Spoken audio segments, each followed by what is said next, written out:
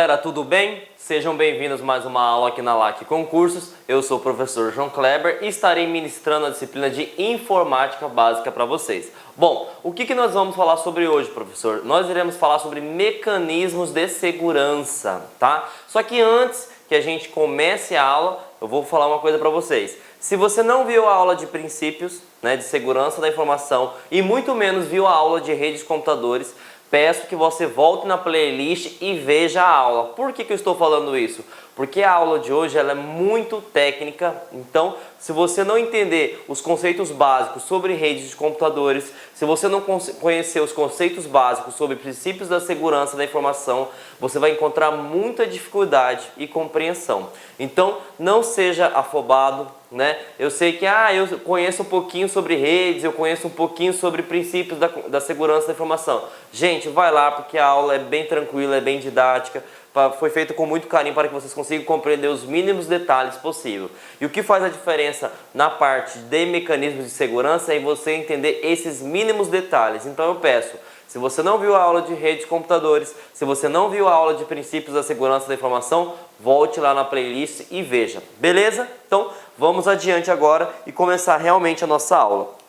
Bom, mas o que a gente pode entender sobre mecanismos de proteção? Gente, mecanismos de proteção são técnicas e soluções que permitem garantir que a confidencialidade, a integridade, a disponibilidade e a autenticidade da informação não seja o quê? Quebrada. O que seria isso que você acabou de falar, professor? Lembre-se lá dos princípios.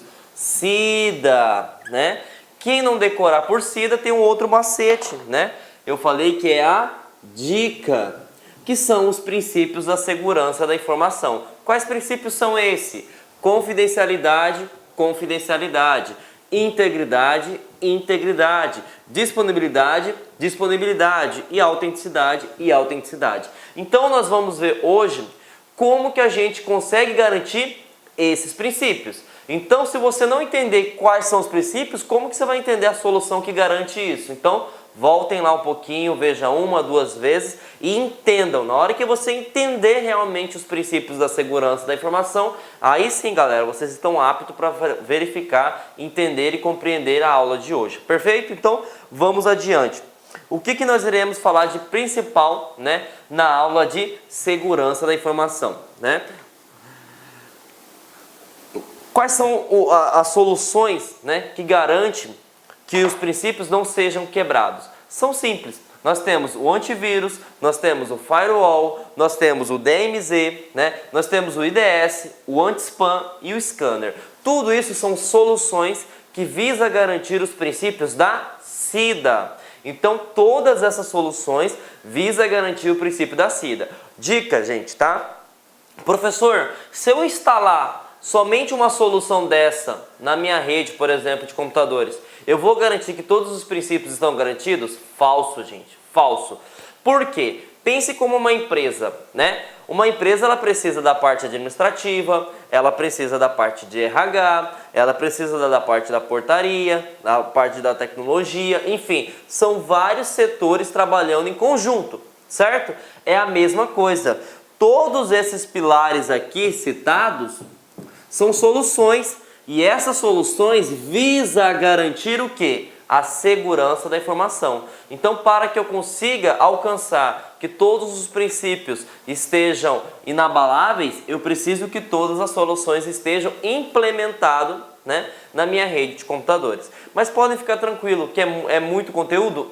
Mas eu fiz da melhor forma possível para que você consiga compreender, principalmente focado para a parte de concurso, que é o que vocês querem aprender, o que é importante. Então eu não foquei nos mínimos detalhes, foquei realmente no que cobra em concurso, o conceito, e as suas principais funcionalidades. Beleza? Então vamos começar a ver sobre antivírus, Antivírus é uma coisa bem interessante porque o pessoal imagina que é o seguinte: a palavra antivírus fala, você vai neutralizar, você vai detectar, você vai evitar, você vai atuar na neutralização ou remoção de programas. E todo mundo pensa que só existe vírus.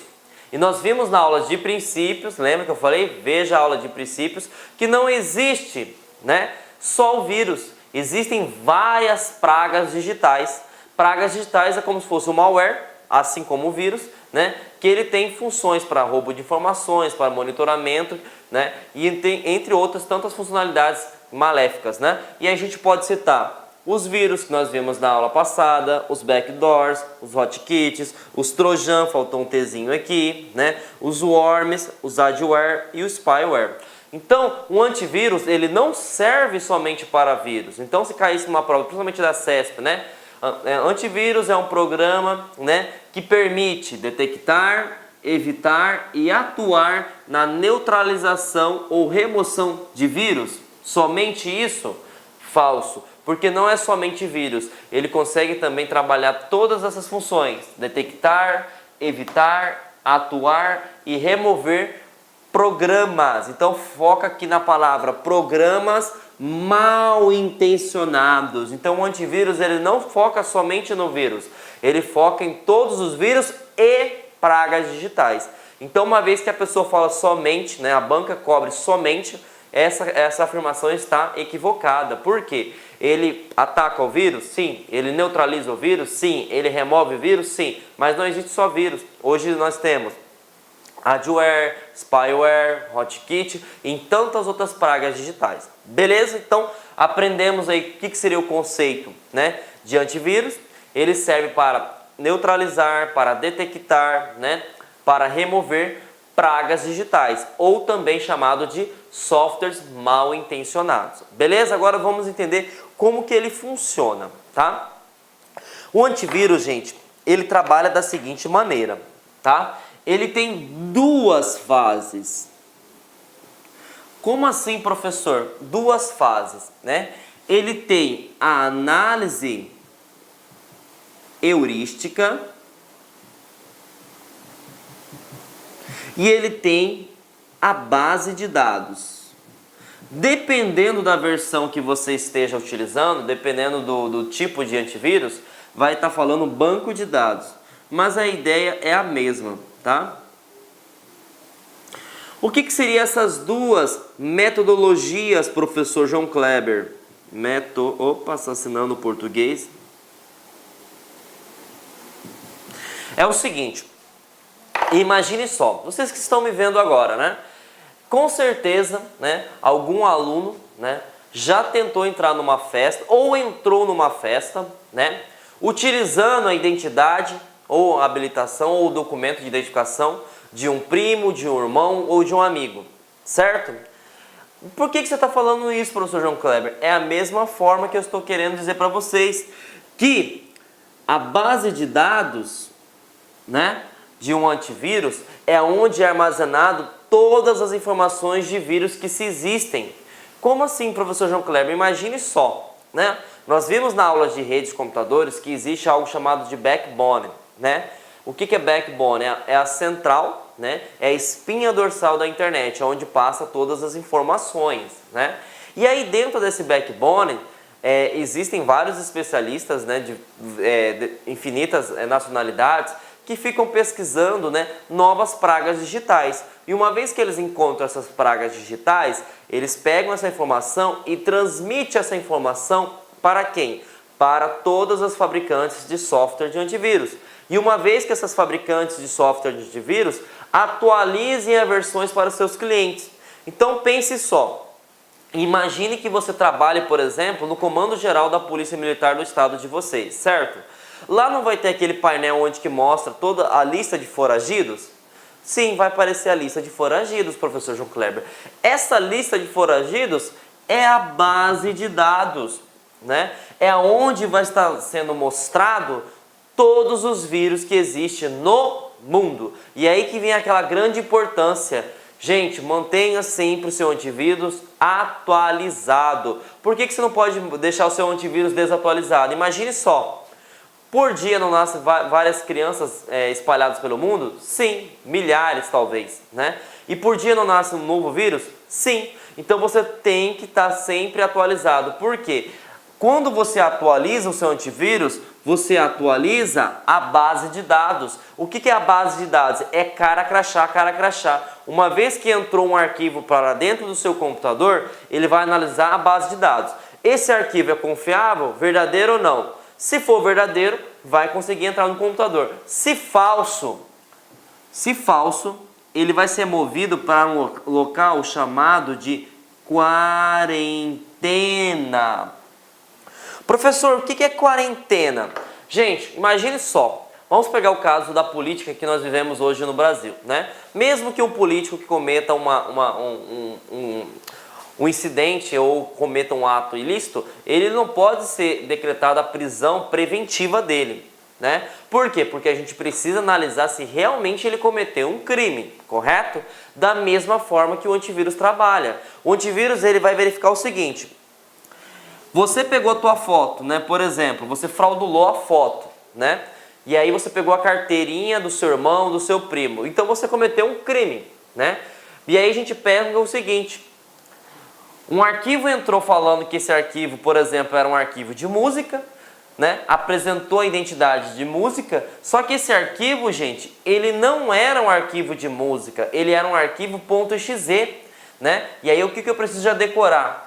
Toda vez que o arquivo for .exe, significa que ele é um executável. A maioria dos vírus utiliza essa extensão, então fiquem atentos a isso também. Então, uma vez que esse arquivo, né, ele entrou como um arquivo de vírus, né, vai ser movido para a quarentena. E aí o que a quarentena vai analisar? A quarentena vai colocar um estipulado de dias, normalmente a gente fala quarentena porque seria 40 dias, né? E nesses 40 dias ele vai analisar se ele realmente, né, se ele realmente é um arquivo de música ou ele é um arquivo de vírus, né?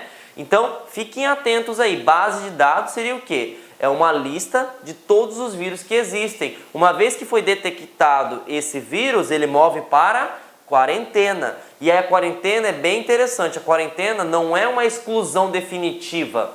A quarentena, para você fixar melhor, lembre-se do conceito de lixeira no Windows 7, né? O que é o conceito da lixeira no Windows 7? Você exclui o arquivo, mas foi excluído permanentemente. Ele fica lá de modo que se você excluiu acidentalmente, você consegue retornar. Então ele fica analisado. Uma vez que foi identificado que esse arquivo é um arquivo benéfico, ele volta para o local de origem normalmente, né? Então a quarentena pode tanto julgar corretamente como julgar erroneamente, né? Então ele vai ser analisado, beleza? Ah, professor, mas você falou que tem dois tipos de metodologia. Começamos já com cara crachá. Cara crachá já foi eliminado, né? Que cara crachá que seria base de dados. Vai verificar, é um vírus? Não, então pode entrar no computador. É vírus? É, vai para quarentena, né? E aí uma coisa importante, na quarentena foi identificado que realmente esse cara é um vírus. O que o antivírus vai fazer? Vai excluí-lo, beleza? Então, se lá na quarentena, né, foi identificado que ele é um vírus, ele vai ser excluído. Perfeito? Então, é assim que funciona o antivírus na primeira parte. Só que o que acontece? Lembre-se, eu falei no início da aula, né, que você pegou a identidade do amigo, do irmão, do amigo, do primo, do vizinho e entrou na festa. E deu tudo certo. Por quê? Porque você realmente parece com seu irmão, com seu primo, com o amigo, com a vizinha. E aí você entrou na festa, né? Só que dentro do antivírus nós temos uma outra tecnologia, uma outra metodologia que é chamada de análise heurística. O que isso vai fazer? Mesmo que o arquivo entre no seu computador, você vai ser analisado por um determinado tempo. Imagine só, quando vocês passarem, se Deus quiser, vão conseguir passar no concurso público, você já está efetivado de uma vez no seu concurso? Não. Você tem um estágio chamado de estágio probatório. Nesse estágio vai verificar sua conduta, vai verificar sua eficiência, se você é um bom profissional. Uma vez que não foi detectado que você é um bom profissional, o que acontece? Você é exonerado. Da mesma forma no computador. Não é porque o arquivo entrou dentro do computador que ele vai ter acesso a tudo que ele quiser. Não, ele passa também, né, por uma fase de análise, é como se fosse um estágio probatório. Uma vez que foi detectado que ele é um vírus, manda para a quarentena. Se a quarentena vai fazer uma análise mais aprofundada. Se em 40 dias foi detectado, por exemplo, que ele é um vírus, opa, sai fora do meu computador, né? Se não, ele retorna também. Por quê? Na análise heurística ele pode errar também, né? Então, fiquem atentos. O antivírus tem duas metodologias de trabalho. A primeira metodologia, cara crachá. Cara crachá. E quem é cara crachá? Base de dados. E alguns bancos de dados chamam de banco de dados. Ou, perdão, alguns antivírus chamam de banco de dados. O que vai acontecer nessa fase, professor João Kleber? Simples, gente. O cara vai analisar, né, o sistema vai analisar em si, o antivírus vai analisar se esse arquivo que está entrando no teu computador, se esse sistema que está entrando no seu computador, realmente ele é um arquivo original ou ele é um arquivo impostor, né, ou ele é um arquivo infectado com vírus. Uma vez que foi detectado isso, vai para a quarentena. Quarentena não é um local que vai ser excluído permanentemente. É uma prisão temporária. Nessa prisão temporária vai ser analisado se realmente ele quer o mal para o seu computador, se ele quer o bem. Só que lembrando que vários arquivos conseguem camuflar sua identidade. Uma vez que ele camuflou sua identidade, ele pode ser pego? Sim, através da análise heurística. A análise heurística é uma metodologia que permite testar, vai simular realmente se esse arquivo não é. É como se fosse o estágio probatório de vocês. Mesmo que eu entrei no arquivo, eu tenho que ter uma fase de avaliação para verificar se realmente esse arquivo que entrou no meu computador, ele é verdadeiro ou é falso. Então, entendemos o conceito de antivírus, sabemos que antivírus não é somente para vírus, é para vírus e pragas digitais. Como que funciona o antivírus? O antivírus ele tem duas metodologias de trabalho. Quais são as metodologias, professor João Kleber? Simples. Base de dados, que é a primeira metodologia, e análise heurística, que é a segunda metodologia. Base de dados vai analisar a cara crachá e a análise heurística vai simular como se fosse um estágio probatório. Então, vamos adiante e identificar quais são os tipos de vírus que se existem, galera.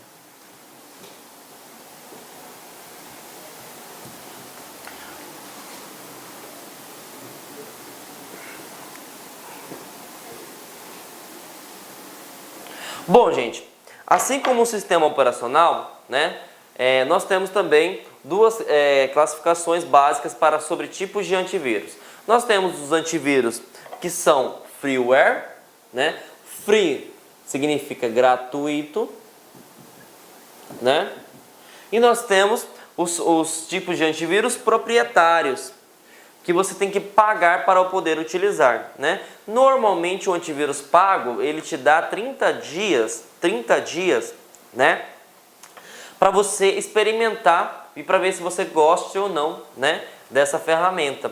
E aí eu coloquei os principais antivírus que tem hoje, né? Esses foram os principais do ano de 2016. Nós temos o Avast, o Panda, né, o Bitdefender e o AVG. Eles são os principais gratuitos, tá? Existem um infinito número de antivírus, mas esses são os principais. Normalmente, né, em questão de concurso público, ele não vai cobrar de você, né? Claro que a não ser que seja da área de informática mesmo, quais são as versões.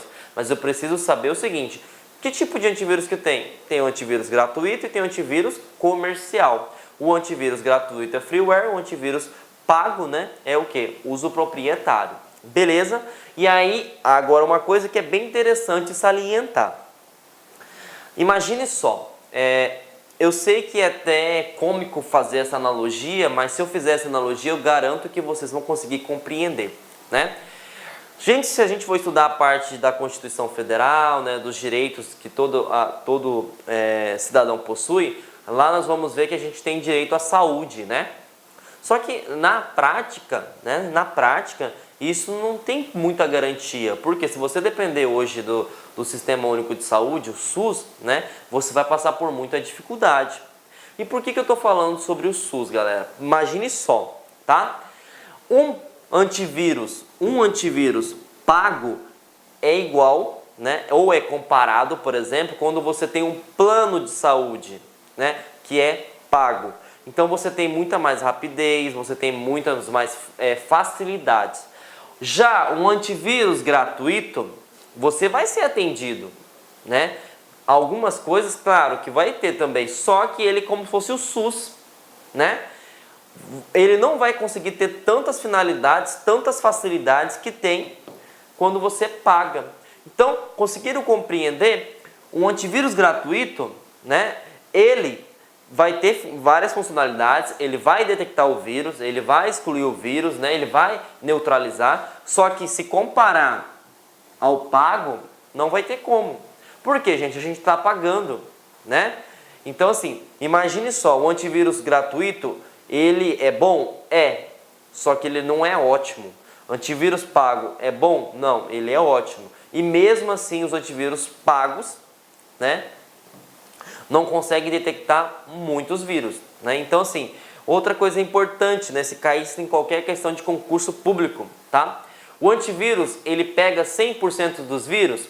Falso, gente. Não existe nada, né, que possa ser considerado 100%. Até porque quem desenvolveu esse software é o ser humano. E o ser humano ele está cabível de erro. Então não existe nenhum software no mundo, nem que seja gratuito, nem que seja pago, que consiga detectar 100% dos vírus que existem. Beleza? Então fiquem cientes a esse detalhe. Tá? E aí vamos entender, né, como que eles cobram em questões de concurso público, né? Essa questão foi na Universidade Estadual do Rio Grande do Norte, né, para o cargo de computador, no ano de 2016. Eles cobram o seguinte, galera, deixa eu só apagar aqui para melhorar a visualização de vocês.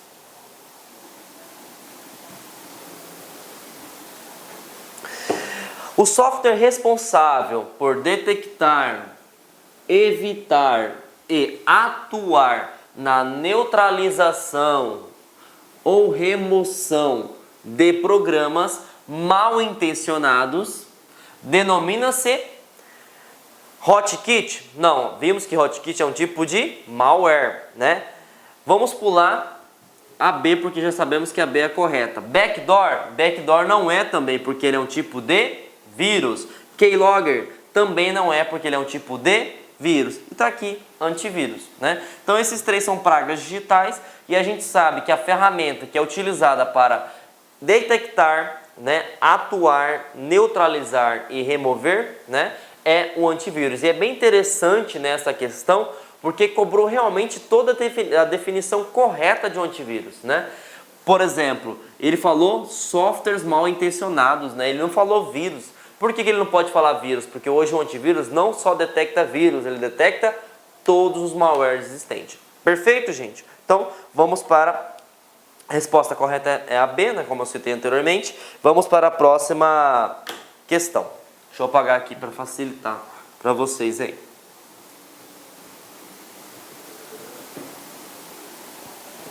Bom, a próxima questão foi do Tribunal Regional Eleitoral de Mato Grosso, né? A banca realizadora foi o CESP, no ano de 2015, para o cargo de técnico, né? E ele pergunta o seguinte, né? A função principal de uma ferramenta de segurança do tipo antivírus é... Então essa pergunta é legal porque é o seguinte, se você não entender o que o antivírus faz, né? Você não vai conseguir responder essa questão. E a gente já sabe o que o antivírus faz, né? Ele detecta, ele atua, ele neutraliza e ele remove softwares mal intencionados. Então vamos lá. Monitorar o tráfego da rede, nem vou analisar o resto, tá? Monitorar o tráfego da rede não é minha função, né? Não é a função do antivírus, então você já pode eliminar.